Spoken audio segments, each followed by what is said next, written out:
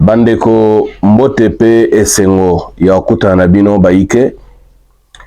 Toko senga bino bo s'abonner.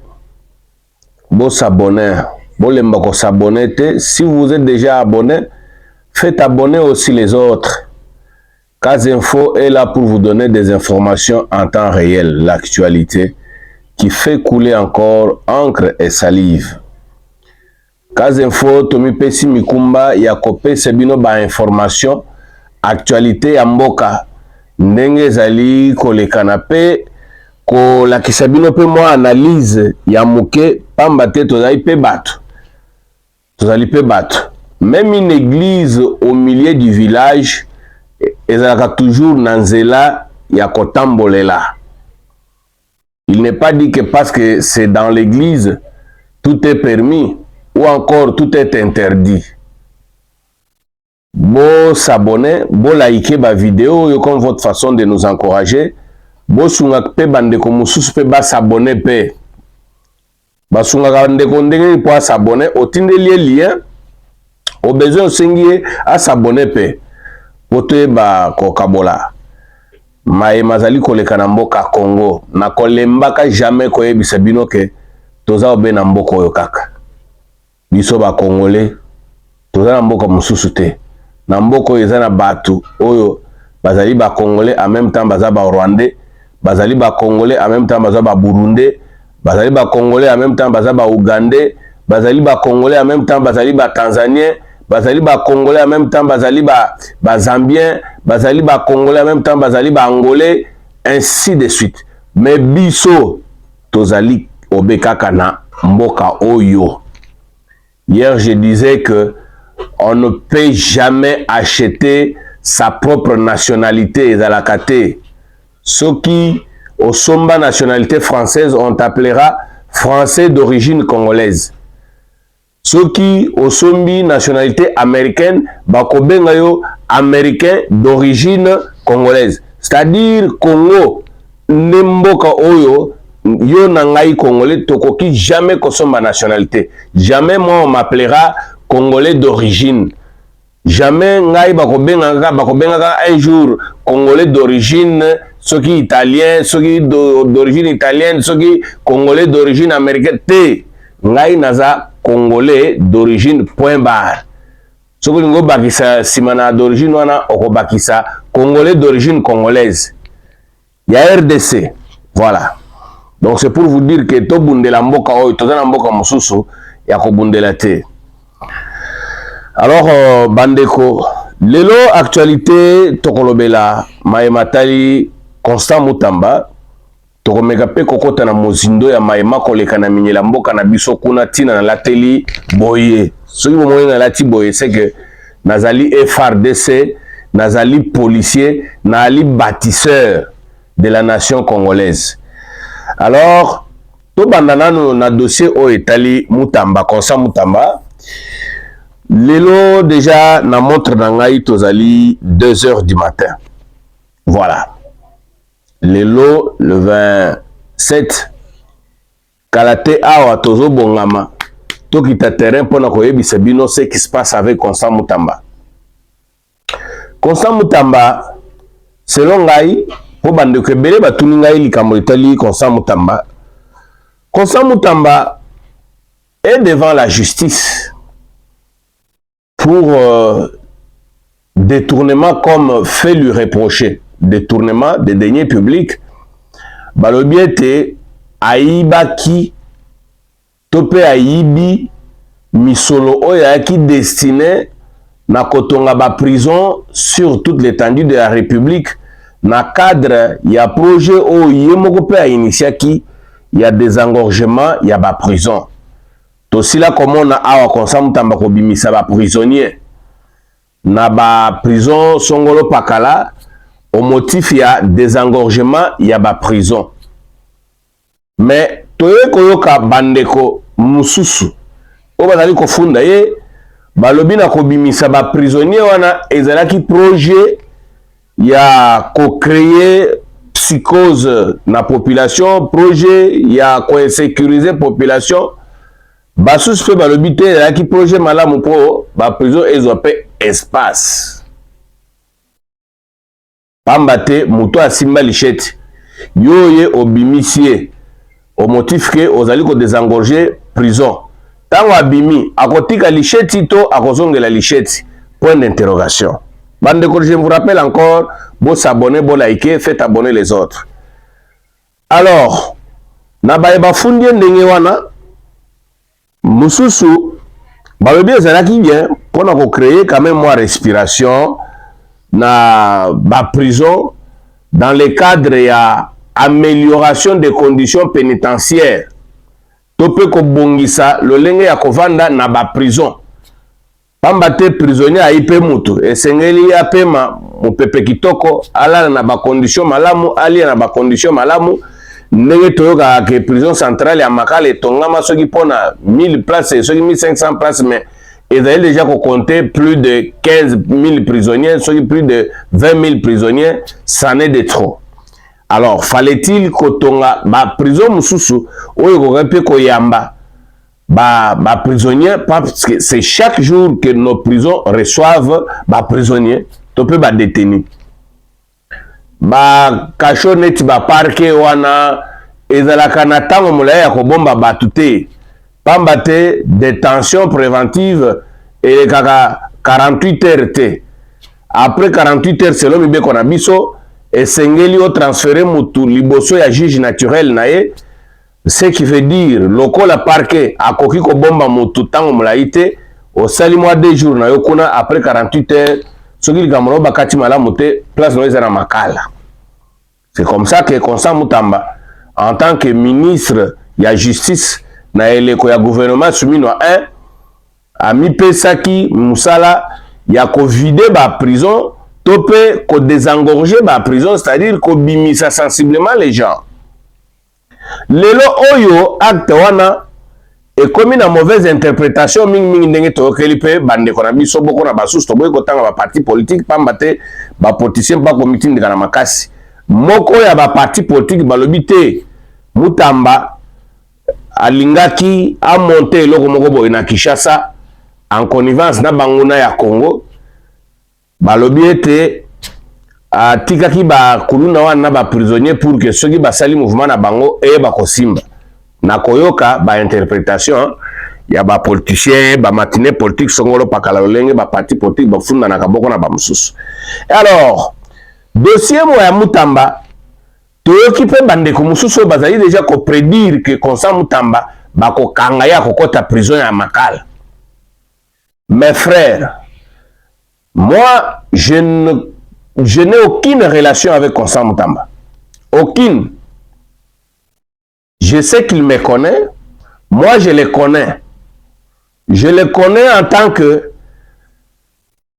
ancien étudiant, il y a UPC. Pambate tango bisoto silsi UPC, bango bakoti. On a eu quand même en tant que reporter, il y a kokuta na ye, ça et là, mais parler de relations comme telles, j'en ai pas. Je le connais en tant que citoyen, il me connaît en tant que citoyen, mais entre lui et moi, il n'y a pas de relation. Ça, je vais répondre à ceux qui prédisent déjà que Mutamba akotaka ka Makala. Makala les alliés en faire, mes frères et sœurs. Quel étranger trouveras-tu fidèle si tu te fais ennemi de tes frères? Quel étranger trouveras-tu fidèle si tu te fais ennemi de ton frère?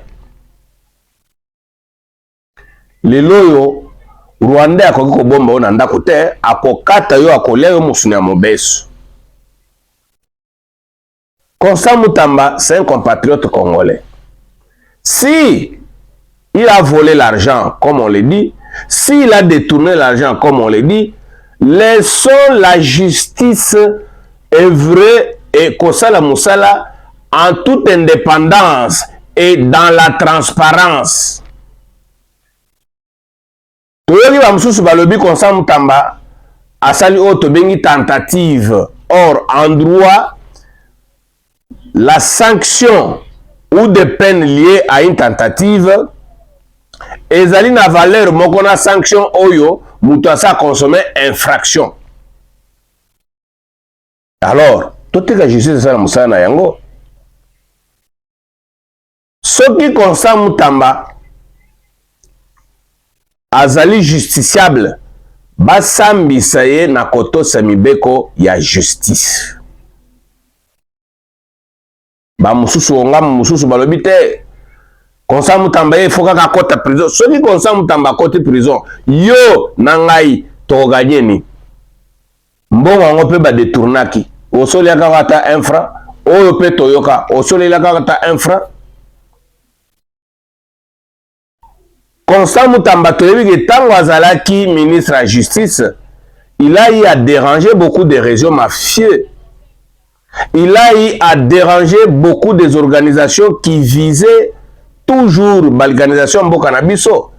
Spoliation ya mapangu. Vous savez que sur cette ville de Kinshasa, tout comme dans d'autres villes, il y a des réseaux composés de Congolais, certains magistrats, certains généraux, certains auditeurs, certaines spécialités na bango ezali ko boto na batu mapangu.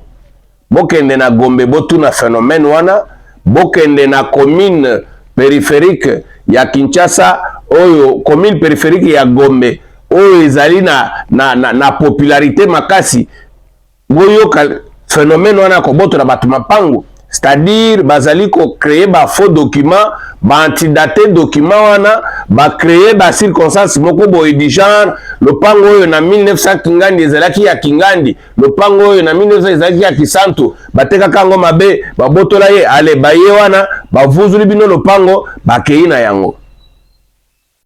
Bakete kango na ba Libanais, batekele yango ba Indien, batekele yango ba nini, bango musana bango ezaka kokabola mbongo. C'est-à-dire ceux qui ont fait opération sur une parcelle, ils ont déjà 4 millions, 5 millions, ils expatriés, ils ont fait Bakaboli. Quand Constant Mutamba, en tant que ministre, il a fracassé, il a neutralisé le réseau. Alors, sûrement que Pierre Kande est côté Bango, il faut tout crucifier. Je ne dis pas que c'est ça. Mais nazali ko ça l'analyse parce que il existe ces réseaux là à Kinshasa. Nandenge toyokaka. Réseau wana ezali ko exister. Ngai na yokela ngo ya existence ya réseau wana na dossier Didi Kinwani.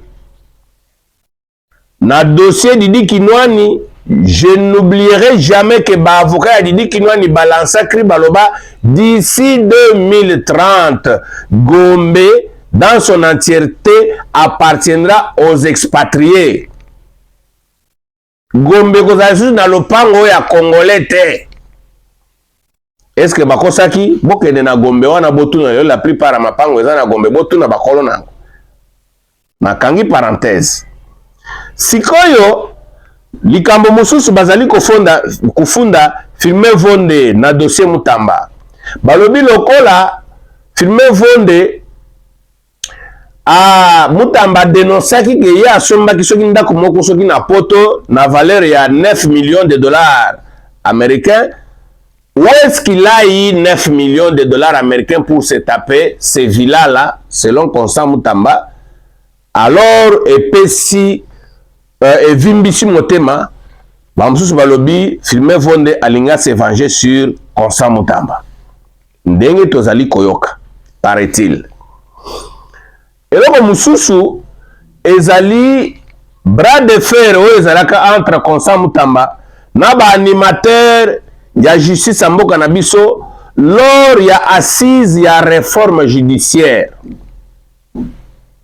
Boyebi que réforme wana esalemaka sur fond de fortes tensions entre le ministre ya justice à l'époque Constant Mutamba na ba animateur, boko ya ba animateur il y a secteur de la justice, il y a mboka na biso. Voilà un peu ba fait nyoso wana ezali ko sala que ba paisible citoyen ba mona que c'est un complot contre Constant Mutamba. Mais oyo pe ezali ko lakisa que c'est un complot contre Constant Mutamba. Pona ngai Nicolas Kazadi, l'ancien ministre ya finance Doudou Fouamba remplaça, dit devant la presse haut et fort nazali ko bandela maloba maye tolanda kango nyonso na internet le soki boluki yango bokoyo kango à moins que ezala basi ba supprimer yango partout mais na ba téléphone yali ya baike. Il dit, je cite, ba projet ya développement ya mboka Congo ebimisaka mbongo. Mais tango mbongo wana yaka eloko ya liboso to banda kosala ezali nde kokabola mbongo wana la distribution ya mbongo ya ba projet. Le reste nde sikoyo tokobanda okende na ba conseil des ministres pona kofundana pona kose bousculer. Si j'interprète bien maloba maye bazalaki na lolenge lona. Alors, tosilaki koyoka ke Nicolas Kazadi azalaki convoqué et pas ya procureur général de la République. Ezali dénonciation munene. Mbongo ba projet eyaka toyelaka nanu kokabola yango o etikali tokende koswana to pe kotindika na koluka mayele na ba nini bolimbisi tokende koluka mayele na conseil des ministres pour la koluka ndenge nini ya kokosa peuple. C'est ce qu'il a dit. Mais ce qui m'a fait dénonciation ndenge wana ndeko na ngai. Mais c'est quelqu'un à interpeller, il a des informations à fournir. Il a des informations. Mais totikala koyoka suite ya convocation ya Nicolas Kazadi te. Tilelo. Voilà un peu likambo ezali pe ko friser. Bazali kolobake makanga consent mutambate. Parce que même si ça dépendait de moi, il aurait fallu d'abord qu'on cite ce dossier à Nicolas Kazadi, qu'il nous dise un peu mbongo bakabola kangona nani, babando kabola combien, ba projet on a ne salemata combien. Pourquoi je dis ça? Où en sommes-nous aujourd'hui avec les projets de construction de maisons 100 jours au Vital Kamerhe à côté de la prison na Djamal? Banda kuya projet 100 jours et kenda wapi o ekotsa Vital Kamerhe na prison na Djamal batanga Amida Chatir batanga Sorayan Piana batanga ki batebele lelo banda kwango e ali wapi pour ne citer que ça. Mais quand Nicolas Kazadi vient dire que bambongo ebimaka tokabolaka yango bambongo ba projet ebimaka tokabolaka yango bakabola mbongo ba projet boni misolo wana tango bakaboli mutu na mutu asalaki na parti na ye nini. Et c'est-il impérieux, est-il important na période oyo tozali na posa ya mbongo pour le développement mboka na biso, période oyo tozali agressé dans l'est de la République, période oyo tozali agressé awa na monga te pa ba mobondo? Est-ce que tozali na posa ya mbongo wana pona koangaje yango ata na bitumba? Est-ce que tozali na posa ya mbongo wana pour que si ça passe au peuple na biso ezali na yango? Et alors voilà, Nicolas Kazadi il est libre, il se promène en homme libre. Tozali komone na ba réunion nyonso ya bato de pes to epai. Mais ndenge nini bao bazali ko kabola mbongo de manière officielle? Ça c'est une information officielle sortie des hauts représentants du gouvernement congolais, des hauts fonctionnaires du gouvernement congolais. Et voilà, impuni jusqu'aujourd'hui. Ça, c'est un cas parmi tant d'autres. Namona kindeko, je crois, le cas Samoko le tambolaka na internet na Singamondele, basala ngo na mona mboka Paulette Kimuntu, oyo est retracé ba détournement nyoso oyo ezalaka rendu public par l'IGF. Kino lelo. Aucune condamnation, aucune inquiétude. Bae bazali na makambo mana ata moko bakanga ete. Et bongo lelo botala ndenge bato bazali kolenga pona koyela Constant Mutamba. C'est vrai que toyoki que Constant Mutamba na Judith Sumino oyo pe azalaki pièce maîtresse oyo ko sauver Constant Mutamba na dossier oyo bazali ko funda ye détournement bakoyoka na te. Semblerait-il que tango Mutamba kaiko contracté mbongo wana, c'était en dehors ya signature tope autorisation ya Mama Sumino Tuluka o toyoki na Singamondele bako mufunda pe na landi John Lungila alobi toute sa famille c'est sur le dos de la République. Yeso qui a voyagé kana mobali na ye, a voyagé kana bana na ye. manso mana na misolo ya mboka selon John Lungila na landiye na Singamundele. Voilà un peu babiloko ezali ko friser, mais bozali ko welela ko kanga kaka Constant Mutamba pour gagner quoi de spécial, et aussi que cet argent là n'est pas encore perdu. Boko kangela ye tina nini. Voilà ce qu'on appelle dans notre pays une justice à deux vitesses, une justice à deux poids, deux mesures, une justice qui n'est pas distributive. Voilà, la justice comme ezali ko manambo kanabiso, les lois sont les toiles d'araignée à travers lesquelles passent les grosses mouches et les petites mouches restent. Et Mutamba se retrouve aujourd'hui parmi les petites mouches qui doivent rester, non, à travers les toiles d'araignée. Et voilà, un pays comme la RDC qui se veut un pays qui combat la corruption, et maintenant c'est la corruption qui veut montrer ses muscles face à Constant Mutamba. On a tous analysé sur cette actualité, il y a Constant Mutamba. Nini et la Constant Mutamba dans peu de heures qui nous restent, nous allons le découvrir ensemble avec vous parce que Cas Info sera sur terrain pour vous informer et vous donner cette information ou cette actualité en temps réel.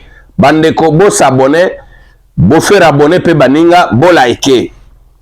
Na lobite que na côté Constant Mutamba. Constant Mutamba na sala ki vidéo l'autre fois pour vous dire que je les connais personnellement na ndenge pe toyoka kabaninga na musika. Moi je n'ai aucune relation avec lui, je le disais au début. Ndenge na mone la kaye pe ndenge na yoke la kabaye bazaka na que c'est un conflictuel.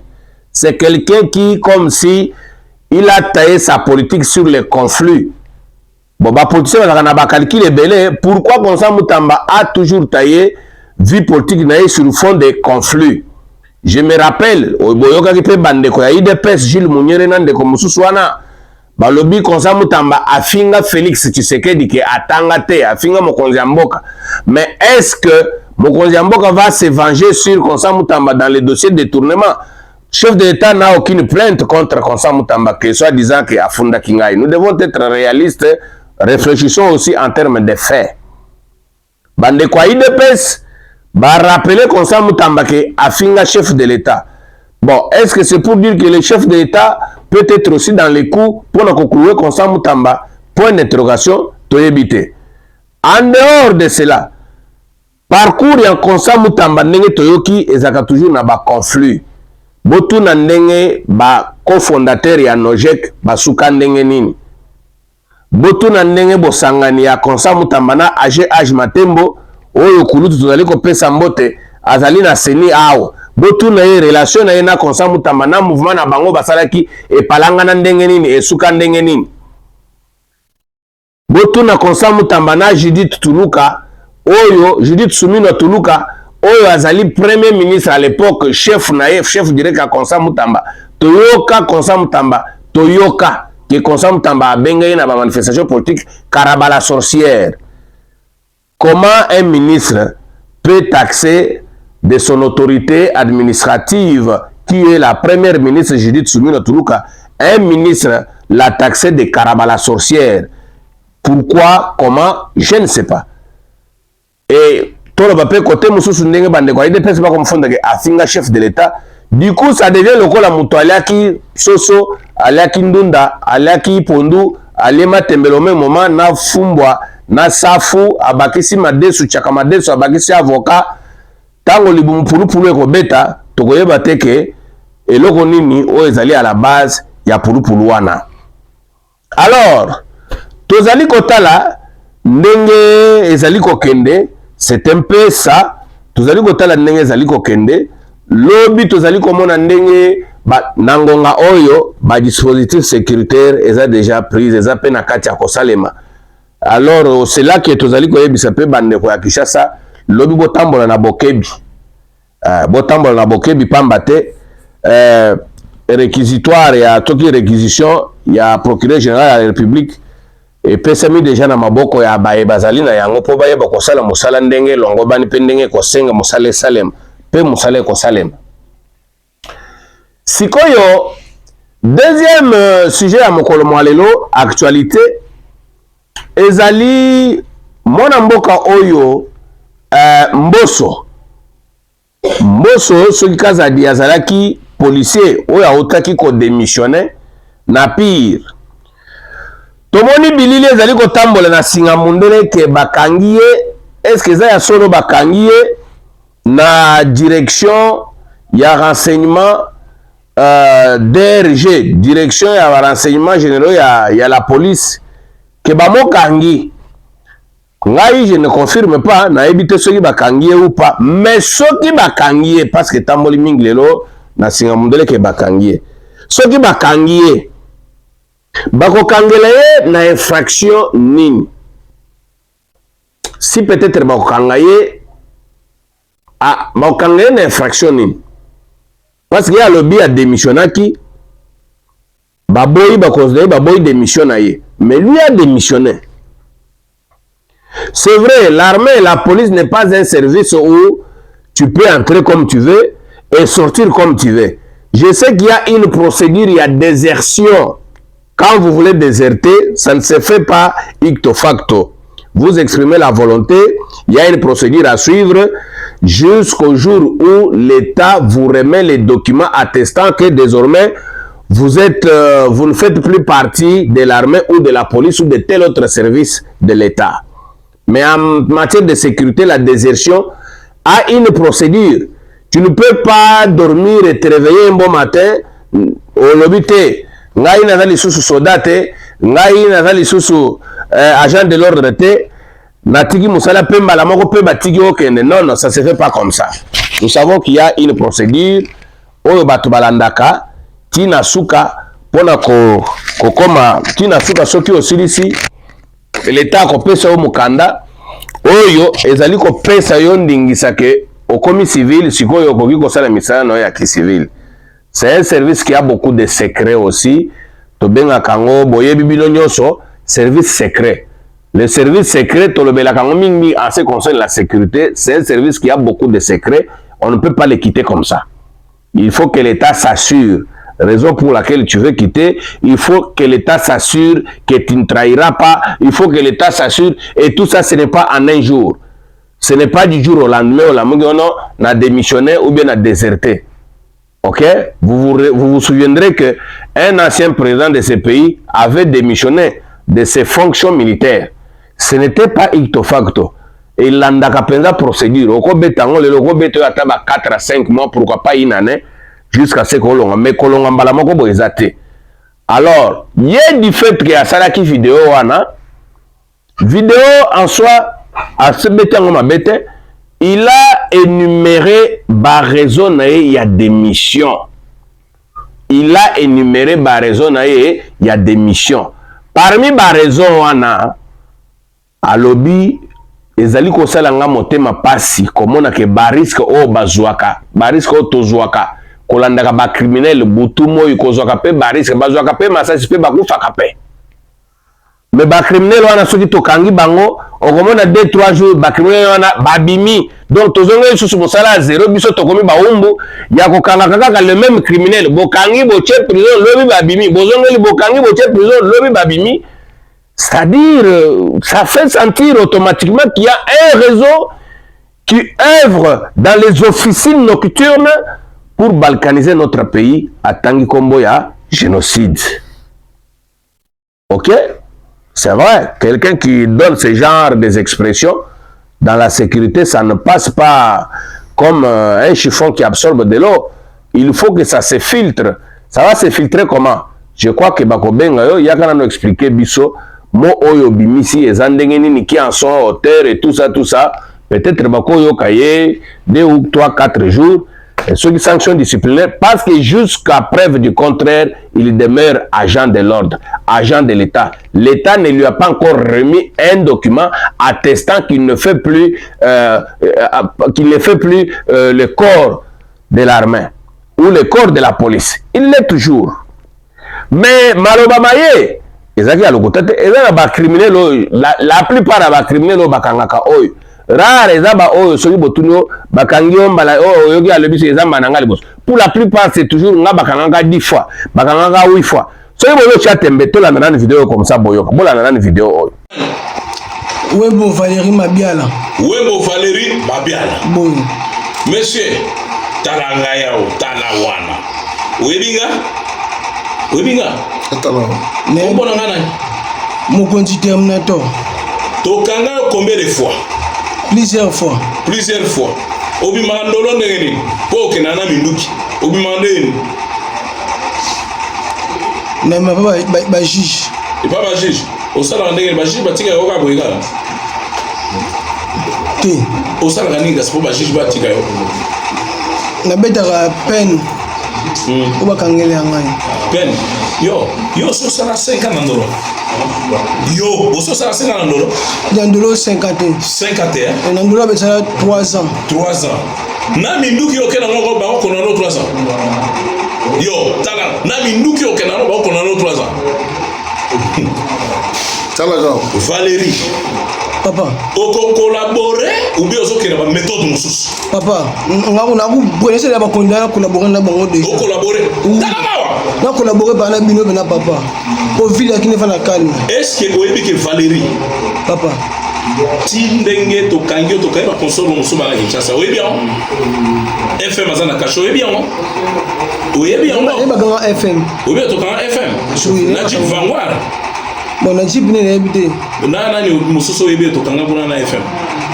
Bon wana ebité. Wana ebité to kangi ba koza kuna na Kinshasa. Valérie. Na campus bozalaki combien? Vous avez bien? On a beaucoup saluté. Ngai nani? Capitaine Terminator. Nani? Capitaine Terminator. Oyebi ngane? Boso kama mai. Na kangao nani? Ukangao na manduki na kalufungula capitaine da Kisasa. Na Kinshasa? Bukama mai nani? Tawo na kangao. On aura plus ou moins 24 personnes. 4 resellers na biso ba criminel 20 plus ou moins. 20. Tangina ba komba ba keso.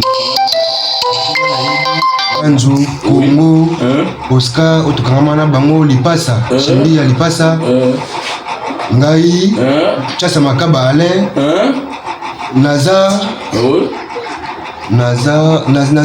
comment on peut dire Kimingai? Comment on dit Nazar? Oh, ça va l'ox wana. Petit monnaie de wana. Oh, ça va y. Oh, ça va y. Na petit moko ba utaka Angola, ba na Shimbia. Bangolais wana. Bangolais wana ba na Shimbia. Yelo, na bina filé, azama bina filé. Azama makala. Oui. Ekofo. Na Ekofo, nani Ekofo no benga wata mkuse yele Ekofo. Oui. Isoto fe. Oui. Amungala wana. Wata ongala hivi wana. Bokome libanda nini? Parce que tokimaki na évasion. L'évasion ouais. Évasion sama na wileri wana uti prison makala. Uti prison ya ndolo. To samba na makala. Na retour na biso uti makala ko samba nde na mwa sambula wana. Tokopelanga na chef nani chef de bande. Congo. Ndakopelanga na chef Emoti. Ojaka chef ya escort ya wana escort biso tokoma biso kuna. Wana kitaka na bandal wana. Bakopelanga na Congo, mambasara ba ebite po asijou ba tsaka biso bakakate. Asijou ba tsaka biso bakakate donc Congo ndakopelanga na ye. Ndepesa biso facilité ya go sauter tokima. Bokima. Bon talanga awo. Makonzi. Bokima na comme les armes. Ngana kimaka avant mais kimana arme moko. Ngala kilomwaka déjà avant. Batika la kala piste. Nani oya kimanga wasima munduki na maboko. La kapanzu na Congo. Bango batika la arme. Na ça qui déjà na Tchassa. Bokina des armes. Moko. Arme moko.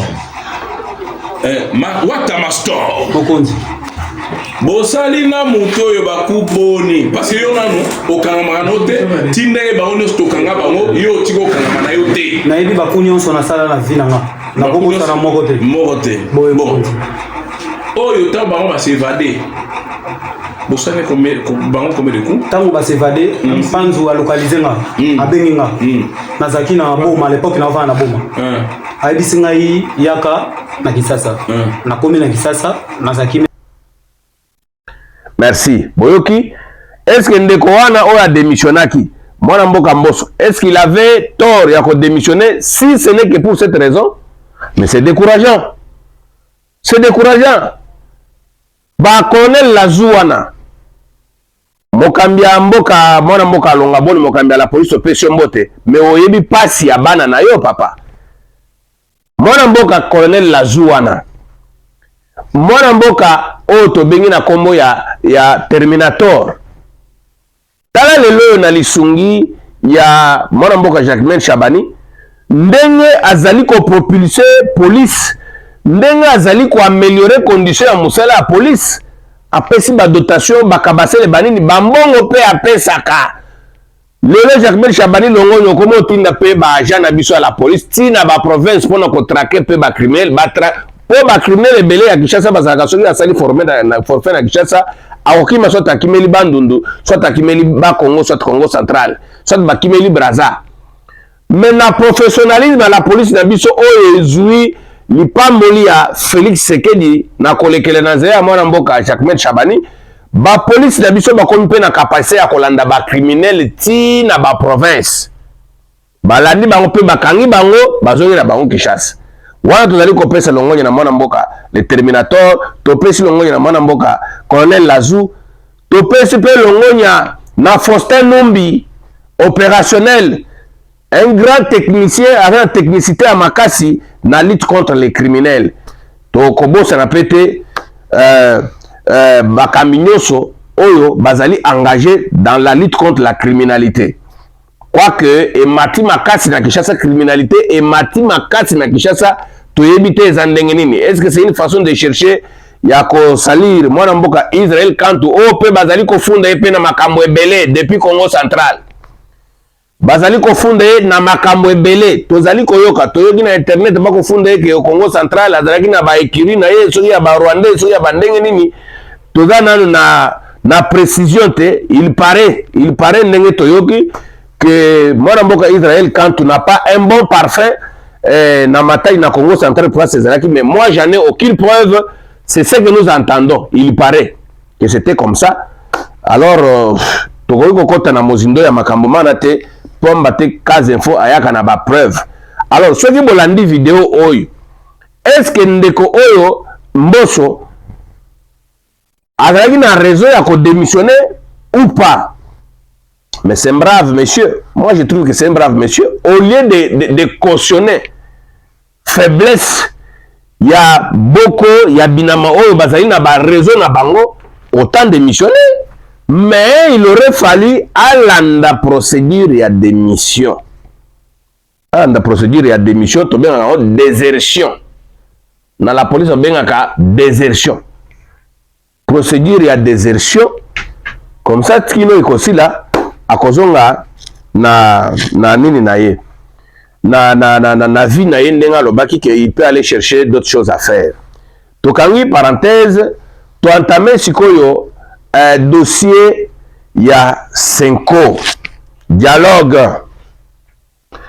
ezali actualité moko ezali pe ko faire couler encre et salive tomoni Sengo ba be chole ba donation chole ba mbongo ba ejiba ya mapia donc tolo ba confession religieuse banganga nzambe nyoso représenter ya mboka na biso totuni est-ce que ba musulman baza pe ou bien tozela pe tourne na bango on ne sait pas mais ba lobi ke bango nyoso bayokani pour organiser dialogue sikoyo awa bale ezali na camp ya Félix Tshisekedi na ba politicien mosusu bo basala dialogue mais on va se poser des questions mes frères combien de fois on va organiser les dialogues dans notre pays ou dans la politique de notre pays bino bande kona biso boza na poto kuna bino bande kona biso boza na États-Unis kuna toza na ba républicain na ba démocrate bino bande kona biso ya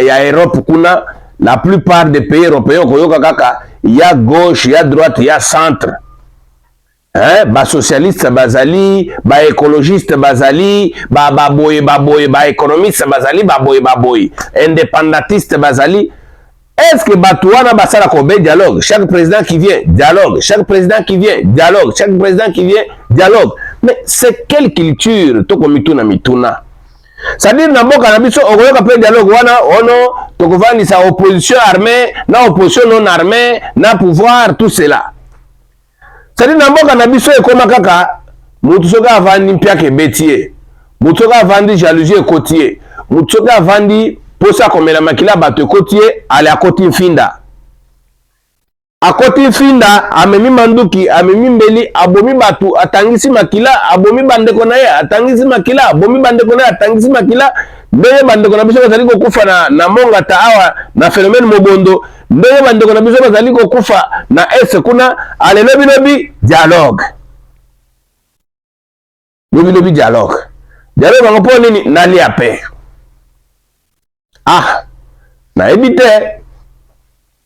ebite Kaze Info aza vraiment perplexe na ebite tango bakoya pe dialogue wana mixage bakomona ke bato tokoti ba infiltrer tokoti na armée na biso bakomi kosila na kokufa bakomi kosila na boye na maladi na boye ale rebellion mususu ebandi tour wana soki bakobenga M24 soki bakobenga ngo soki libération ya Congo soki bakobenga bobomi ale suka dialogue lisusu ezali eloko moko esengile fungola biso miso makasi biso ba congolais ezali eloko moko esengeli efungola biso miso makasi biso ba congolais pamba te Congo d'un côté bazali komifunda détournement avec l'IGF Mikolo toyoki moi IGF ango epemi moi moke depuis la venue d'opé avènement ya Félix Tshisekedi totuna kat bango toujours mbongo a liboso ya voyager a zongi ba pesi ba lobi excédent soki budgétaire ya voyage yango tozongi na kesa l'état to banda komituna kino lelo ba voyage a comment ça siko ba équilibrer ba dépenses to pe ba accident za la sous et puis depuis pe e bandeli ya pouvoir à Félix Tshisekedi IGF na mwana mboka Gilles Alingete du début jusqu'à la fin chaque jour c'était toujours patrouille financière tokangi miyibi patrouille financière tokangi miyibi kino Gilles Alingete asilisi mandat na ye na IGF totikala koyoka ata mutu moko te na prison ke bakangaki ye avandi kuna asala 20 ans 30 ans asisi ba 30 ans na ye po ayibaki misolo te eza kaka Vital Kamerhe abimaki Etienne Longondo abimaki Willy Bakonga abimaki oyo kutu likola kazadi batikala ata kotuna ye te kokanga pe ye te ti alongwe na ye est-ce que balongolaki ye pamba te dénonciation elekaki ndelo est-ce que balongolaki ye pamba te maso adénonçaki emonelaki mpenza ke ezalaki ya solo me moyen ya kolanda bango eza te parce que réseau il semble ye moko likola kazadi alobaki ke alobi te bakabolaka mbongo mais avec qui toyebi te avec qui toyebi te. Et voilà où va le pays. Et voilà où va le pays. Façon wana sikoyo d'un côté bazali ko yiba bisombo koto. De l'autre côté ba organisation ya dialogue nyonso wana mbongo kaka ya l'état. Soki pe ko landela boyo kaka ba montant bimaki beza kaka ba millions. Ça on n'a pas encore dit il fallait 5 ans ba yebi biso de dialogue wana et kozwa combien de millions et pas besoin d'aka ba millions mais voyons kaka ba beti bino moi ba be chapiteau bâche bâche boko kafumba chapiteau bâche ngo beso ko tela ngo ko za pe loko ya kolu ata na $2000 $3000 ata 10000 to chanan mais voyons kaka ono autant de millions pour na kolu chapiteau autant de millions pour na banini onga ba millions onga mususu ba rebelle kuna tokei tout ça c'est l'argent oyo ekoki ko développer mboka na biso ezali mbongo oyo tokosala ngo makambo ebele wana avant dernière actualité voilà pour ce qui est ya dialogue banganga nzambe basisi musala na bango baletikali sikoyo na camp ya mokambi ya mboka Félix Tshisekedi yende a décider quand et où sera organisé les dialogues. Dernière actualité en Mboka Nabiso, c'est la rentrée scolaire. La rentrée scolaire, ba parents bazali na koyima yima na kolenga lenga, ba parents bazali na pongite. Ba parents bazali na pongite pamba te, bazana misolo ya kokomisa bana na kelasi te, bazana misolo ya kufutela bana na kelasi te, bazana misolo ya kosombela bana ba fourniture scolaire te. Bosu limbisa ngai mopepe ko tina ndako na kangi porte. lelo na kimi malili libanda. Alors ba parents bazali na misolo ya organiser rentrée scolaire ya bana na bango te, kosombela bana ba cahier, ba fourniture, ba uniforme, ba sapato, ba cartable, ba compas, ba crayon de couleur, ba cahier de calligraphie, ba cahier de dessin, ba cahier quadrillé, ba cahier ligné, ainsi de suite. Ba parents bazali na misolo te. Basala muramatadi pe bakolela un paiement. Nan pe ba futi bango te. Toyoka ki awa bakofuta ba toujours tel, bakofuta toujours tel. Kino lelo tozali koyoka lisusu makele ya kofuta basala muramatadi te toyebite. Mais ba parents bakolela mingi. Ba ope bazana na wenze kuna mutu na mutu azana prix na ye ya biloko. Mutu na mutu azana prix na ye ya biloko. Okuta kaye moko wana kuna bazoteka ngo 20 000 francs. Ah, oteka ngo 4 000 francs. Ba prix ya bazana na biso ekoma ya kopona bilongi. Boke babino bato ya bilongi ya mafuta. Bino bato ya poso ya miliki. Soko okei kuna bakobamba yo kaye ya 5 000 francs, bakobamba yo ngo $20.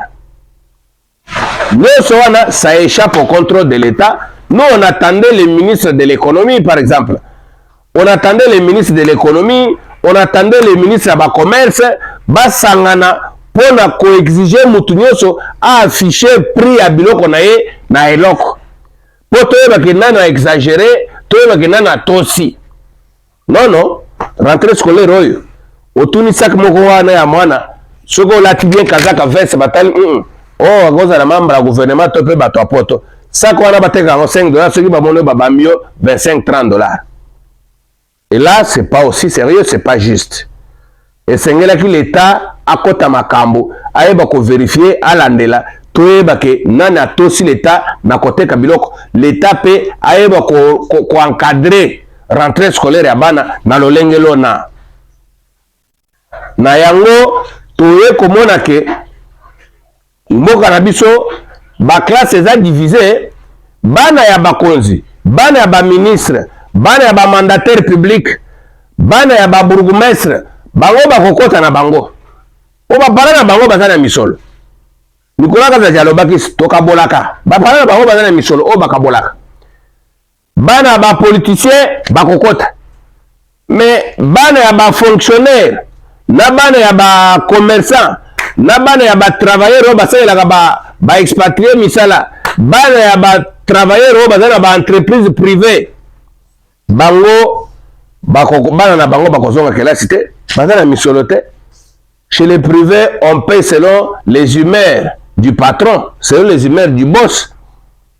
N'est-ce pas? Mais kofuta kutuana, est-ce que tout ça kapé mibe kwa mulamatadi? Point d'interrogation. Bande ko voilà un peu actualité. Oyo ezali ba actualité oyo ezali ko dominer mboka na biso. Na banza tokozonga lisusu lobi likambo litali rentrée scolaire. Tokozonga la pelobi likambo litali konsa mutamba. Ba sujet mibale wana poto yeba évolution nini ekopesela botika la malamu.